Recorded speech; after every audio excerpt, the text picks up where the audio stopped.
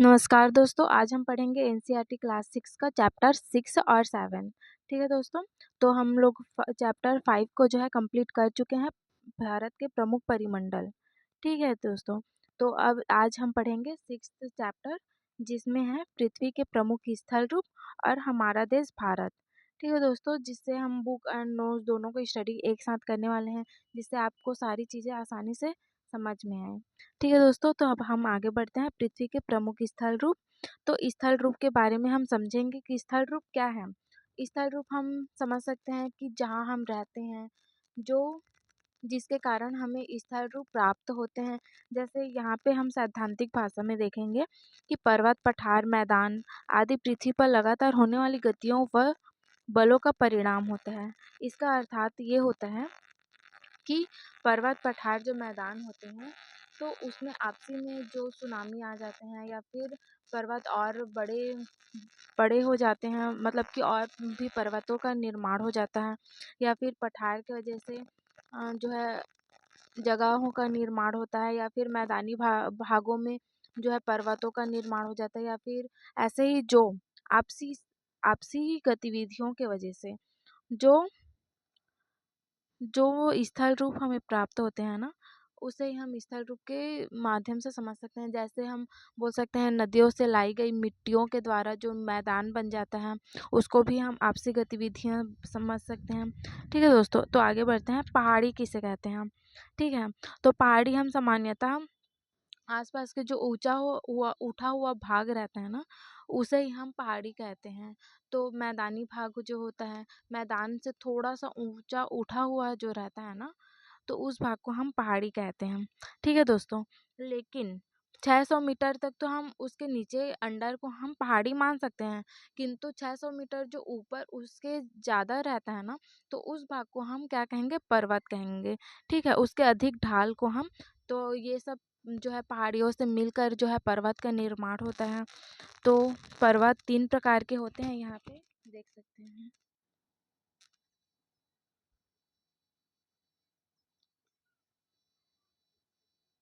ये पर्वत 3 प्रकार के होते हैं। वलित पर्वत, फर्स्ट वलित पर्वत, तो दूसरा है भ्रंशोत पर्वत, इसको हम ब्लैक माउंटेन के नाम से भी जानते हैं। थर्ड है ज्वालामुखी पर्वत। ठीक है, तो बस इसमें इतना ही समझना है कि ये क्या है, कैसे होता है। तो वलित पर्वत कैसे बनता है, यहाँ पे छोटा सा बताया गया है, इसको मैं आपको डील करके बता देती हूँ अच्छे से कि वलित पर्वत होता क्या है। ये जो पर्वत है ना, इसका निर्माण जो है इधर से बल देने पर और इधर से बल देने पर, दोनों के बलों से जो पर्वत का निर्माण होता है ना, उसे ही हम वलित पर्वत कहते हैं। ठीक है दोस्तों, फिर सेकंड में भ्रंशोत पर्वत है।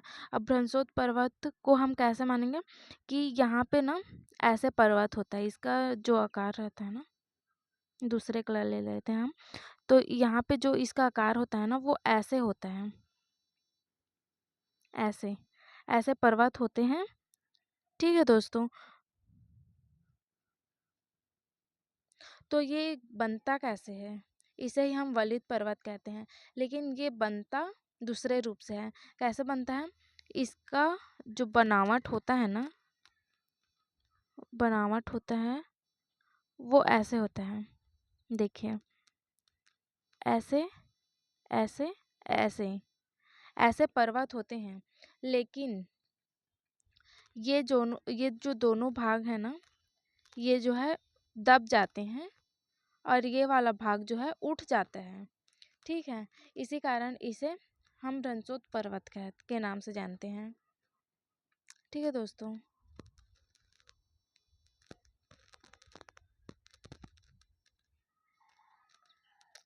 फिर आता है ज्वालामुखी पर्वत।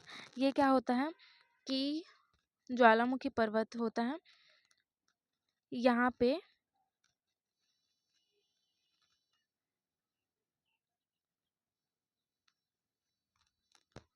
ज्वालामुखी का पर्वत का निर्माण जो है ना, जब ज्वालामुखी जब फटती है ना, ठीक है, तो उसका निर्माण होता है। और ये होता है, जैसे ज्वालामुखी यहाँ फटती है, तो उसके बाद जो पर्वतें जो ऊपर उड़ जाती हैं ना, उसके माध्यम से ज्वालामुखी पर्वत का निर्माण होता है। ठीक है, तो अब हम आगे देखते हैं। ये अब हम जान चुके हैं कि पर्वत 3 प्रकार के होते हैं। पहला है वलित पर्वत, दूसरा है ब्रंसोत पर्वत, तीसरा है ज्वालामुखी पर्वत और फिर हम जानेंगे स्थल संधि के बारे में। ये स्थल संधि क्या होता है? ठीक है दोस्तों। अब स्थल संधि क्या होता है? जो जल राशियों को विभक्त करते हैं, जल राशियों को अलग करते हैं और दो स्थल संधि को जो जोड़ते हैं उसे ही स्थल संधि कहते हैं। जैसे कि यहाँ पे देख लीजिए, ये दो स्थल संधि हैं और यहाँ पे जल है, यहाँ पे जल है पूरे। तो ये दोनों को जोड़ने के लिए, ये दोनों को जोड़ने के लिए जो संधि बना रहता है उसे ही हम स्थल संधि कहते हैं। अगर दो स्थलों को जोड़ती है तो हम उसे स्थल संधि कहते हैं। और अगर दो दो जलों को जोड़ती है, अगर दो जलों को जोड़ती है तो हम उसे जल संधि के नाम से जानते हैं। ठीक है दोस्तों। दो स्थलों को जोड़ती है तो स्थल संधि और दो जलों को जोड़ती है तो जल संधि। ठीक है दोस्तों, आगे बढ़ते हैं।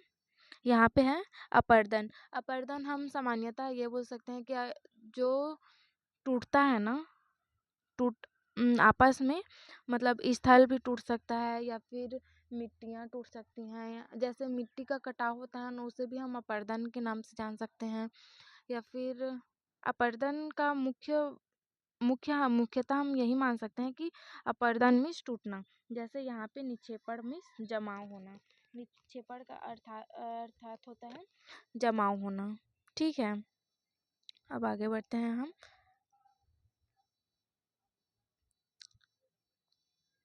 पठार किसे कहेंगे? तो पठार क्या है? हमने जान लिया कि पर्वत क्या है, जहाँ हम जान लिए। और पहाड़ी क्या है? पहाड़ी जो 600 मीटर से जो नीचे रहता है उसे पहाड़ी कहेंगे। और पर्वत जो 600 मीटर से अधिक ढाल होता है, पहाड़ियों से मिलकर जो है पर्वत का निर्माण होता है, हम उसे पर्वत कहेंगे। अब पठार किसे कहेंगे? पठार हम जो उठी हुई सपाट भूमि व ऊपरी भाग जो मेज के समान होते हैं ना, जैसे ऊपर जो उठा रहता है लेकिन वो जो है ना कुर्सियों के समान जो होते हैं, टेबल के समान जो है रहता है, उसे हम पठार कहते हैं। ठीक है, तो इसमें ज़्यादा कुछ जानने के लिए नहीं है, इसमें बस एग्जाम्पल बताया गया है। तो तिब्बत का पठार जो है विश्व का सर्वाधिक ऊंचा पठार है। अब वो उठा हुआ है, वो तिब्बत का पठार आप जानते ही हैं। तो वो जो है विश्व का सर्वाधिक ऊंचा पठार है। और पठार जो है खनिजों से भरपूर रहता है, उसमें सोना, इस यहाँ पे देखिए अफ्रीका का जो पठार है ना, अफ्रीका का पठार सोना व हीरा है वहाँ। छोटा नागपुर का पठार है। भारत में लोहा, कोयला, मैग्नीज पाया जाता है। ठीक है, ऐसे ही जो है पठारों में खनिजों का जो है भरपूर उसका भंडार रहता है। तो यहाँ पे हमें वही बताया गया है। तो मैदान हम किसे कहेंगे? मैदान जो नदियों द्वारा निर्मित की जाती है। मैं आपको ऊपर ही थोड़ा सा बताई थी कि जो मैदान होता है ना उसका निर्माण कैसे होता है, वो नदियों के द्वारा होता है। जैसे नदियों द्वारा बहाकर लाई गई नदियों द्वारा बहाकर लाई गई जो मिट्टियाँ होती हैं ना, उसे ही से ही जो है मैदान का निर्माण होता है। तो भारत में जो मैदान है ना, वो कौन कौन सी नदियों के कारण जो है मैदान बना हुआ है? सिंधु नदी हो गया, गंगा नदी और ब्रह्मपुत्र नदी। ये तीनों नदियों से जो है हमारा भारत का मैदान जो है बना हुआ है। ठीक है दोस्तों, फिर आगे हम देखते हैं चीन में जो है यांगत्से नदी जो है उसके कारण जो है चीन का मैदान बना हुआ है। अब हम स्थल रूप व लोक को थोड़ा सा जान लेते हैं कि कहाँ कहाँ कौन कौन से स्थल रूप हैं और कैसे कैसे वहाँ लोग पाए जाते हैं। तो यहाँ पर हमें ज़्यादा कुछ जानना नहीं है, इसमें बस छोटा सा चैप्टर है जो ओल्ड क्रिएशन से ओल्ड क्रिएशन है ये। और न्यू क्रिएशन जो है ना हमारा, यहाँ मैं आपको ना न्यू बुक से भी पढ़ा रही हूँ और ओल्ड बुक से भी पढ़ा रही हूँ, जहाँ पे जैसे जैसे ज़रूरत है ना, क्योंकि हमें टू द पॉइंट लेना है, तो जो हमारे लिए ज़रूरी रहेगा बस वही हम पढ़ाई करने वाले हैं। तो इसीलिए है ये जो चैप्टर है ना, पृथ्वी के प्रमुख स्थल रूप, ये हमारे ओल्ड बुक से लिया गया है, मतलब ओल्ड क्रिएशन से, ठीक है। और यहाँ हमारे न्यू क्रिएशन में सिर्फ हमारा देश भारत तक ही चैप्टर्स हैं जो हम आगे पढ़ने वाले हैं। ये चैप्टर 6 के रूप में हम लोग पृथ्वी के प्रमुख स्थल रूप को पढ़ रहे हैं। तो ये हैं स्थल रूप व लोग। तो रस्सी से बने पुल है कहाँ? अरुणाचल प्रदेश में। और जीवित जड़ों से निर्मित पुल है मेघालय में। जीवित जड़ों से निर्मित पुल है, मतलब कि जो जड़ होते हैं ना, वृक्ष के जो जड़, तो उससे जो पुल बना है ना वो मेघालय में है। और रस्सी से बने पुल है ना, वो अरुणाचल प्रदेश में है। ठीक है दोस्तों, आगे बढ़ते हैं। हमारा देश भारत, यहाँ तक हमारे चैप्टर्स में है। और ओल्ड क्रिएशन में जो है और भी 8 चैप्टर हैं। तो हम 8वें चैप्टर को नेक्स्ट वीडियो में देखेंगे। यह है 7 चैप्टर, हमारा देश भारत। इसका जो है क्षेत्रफल भारत के बारे में बताया गया है। तो भारत में क्या है, क्षेत्रफल उसके कितने हैं? 32.8 किलोमीटर वर्ग है, ठीक है, वर्ग किलोमीटर है क्षेत्रफल उसका। और फिर उत्तर से दक्षिण विस्तार, यहाँ पे चित्र में देखिए, उत्तर से जो है, उत्तर से दक्षिण विस्तार, उत्तर से दक्षिण विस्तार हमारा 3200 किलोमीटर है, ठीक है दोस्तों। और यहाँ पे पूर्व से पश्चिम विस्तार जो है 2900 किलोमीटर है, ठीक है दोस्तों। फिर हम आगे बढ़ते हैं। कर्क रेखा, यहाँ पे है कर्क रेखा के बारे में। कर्क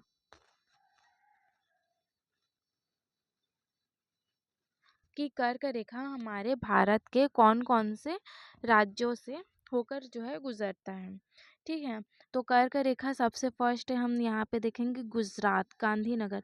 यहाँ पे मैं आपको जो है उसका जो है राजधानी भी इंगित की हुई हूँ, ठीक है। तो गुजरात का राजधानी है गांधीनगर। तो सबसे फर्स्ट गुजरात से होकर गुजरता है। टोटल जो है 8 है, ठीक है। 8 राज्यों से होकर कर्क रेखा जो है हमारे भारत में गुजरती है। तो फर्स्ट है गुजरात, सेकंड है जयपुर राजस्थान, ये जयपुर राजस्थान। फिर थर्ड है भोपाल, मध्य प्रदेश में भोपाल। फिर फोर्थ है रायपुर छत्तीसगढ़। फिर फिफ्थ है रांची झारखंड। फिर सिक्स्थ है कोलकाता पश्चिम बंगाल में कोलकाता। फिर त्रिपुरा और मिजोरम, ठीक है। त्रिपुरा, अगरतला उसका राजधानी। और फिर है मिजोरम, 8वें नंबर पे मिजोरम है। और इसका जो राजधानी है वो आइजोल है। फिर भारत का भौतिक विभाजन, भारत में भौतिक विभाजन कौन कौन से भौतिक विभाजन है हमारा, कि भारत को भौतिक रूप से किन किन चीज़ों में हमें विभाजित किया जाता है। ये सभी से जो है प्रश्न आते हैं, यूपीएससी में आते हैं, अदर एग्ज़ाम्स में भी आते हैं।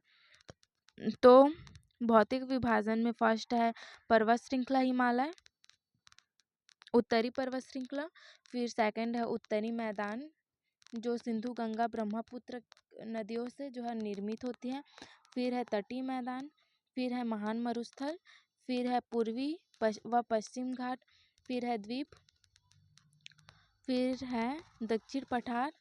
फिर है प्रवाल पालिव, ठीक है। ये सभी से जो है ना ये सभी से क्वेश्चंस आते हैं, ये सभी हमारे लिए इम्पोर्टेंस होते हैं। फिर हम देख लेते हैं जड़। तो यहाँ पे सिर्फ हम ना जो पॉइंट है ना, जो बुक के हिसाब से हमें बताया गया है बस वही पढ़ रहे हैं। तो हमें बुक के हिसाब से सिर्फ पॉइंट ही बताया गया है कि भौतिक विभाजन में हमारा क्या क्या है। तो भौतिक विभाजन में हमारा सिर्फ इतना ही है।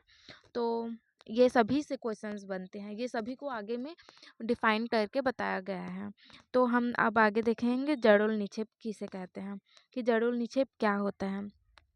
तो ये क्या होता है कि जो नदियों द्वारा बहाकर लाई गई मिट्टी होती है ना, जो नदी के किनारों में, नदी के बेसिन में है जो है निक्षेपित जमा हो जाती है। जो नदी के किनारे में जमा हो जाती है या फिर वो जो मिट्टी को जो है बहा कर लाती है और एक जगह से दूसरे जगह जो है निक्षेपित कर देती है, जमा करके चली जाती है नदियाँ अपने। तो उस जगह का जो मिट्टी होती है, उस जगह का जो मिट्टी है, उसे ही जलोढ़ निक्षेप के नाम से नदी बेसिन के रूप में जाना जाता है। ठीक है दोस्तों,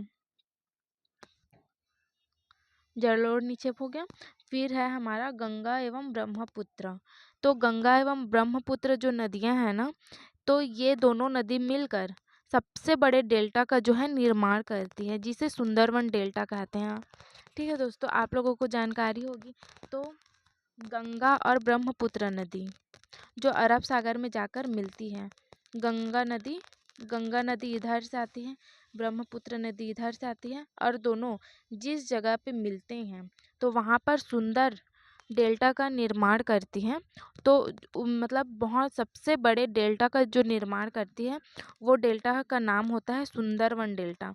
तो ये जो डेल्टा बनाती है ना, उसका डेल्टा का नाम होता है सुंदरवन डेल्टा।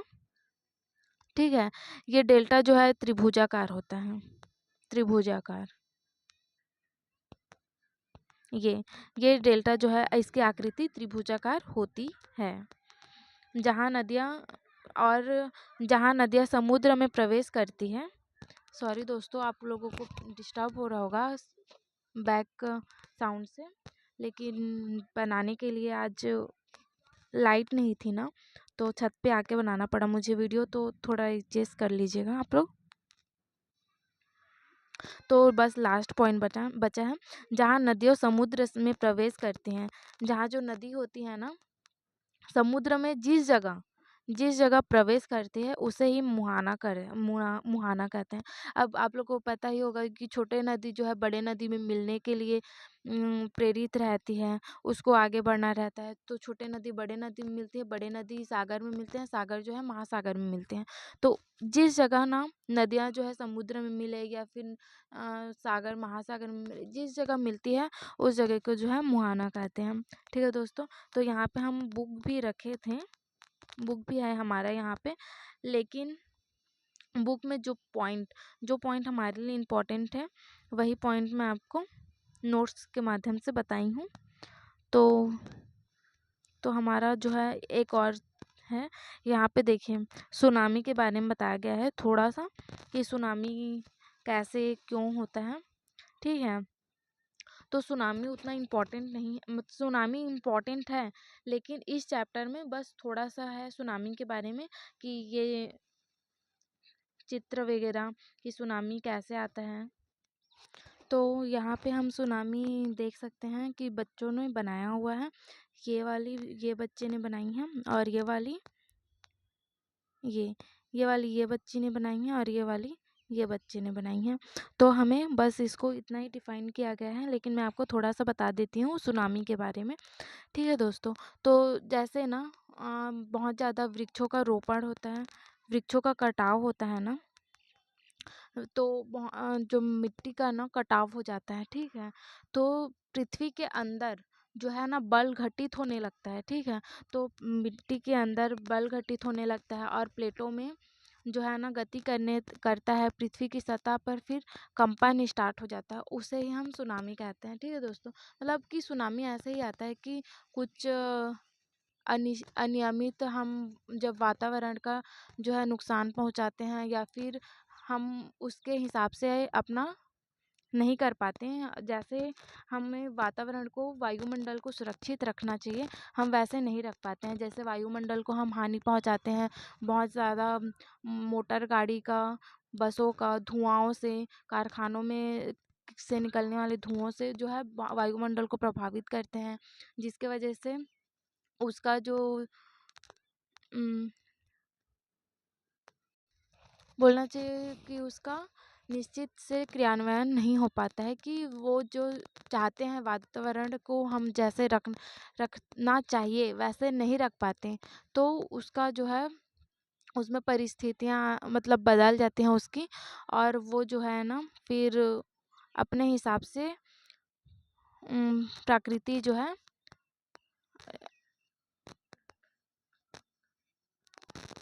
अगर हम उसको हानि पहुंचाते हैं तो फिर वो अपने हिसाब से चलने लगती है और फिर जो है भूकंप और सुनामी जैसे हमें रूप जो है देखने को मिलते हैं और वो वैसा रूप धारण कर लेती है।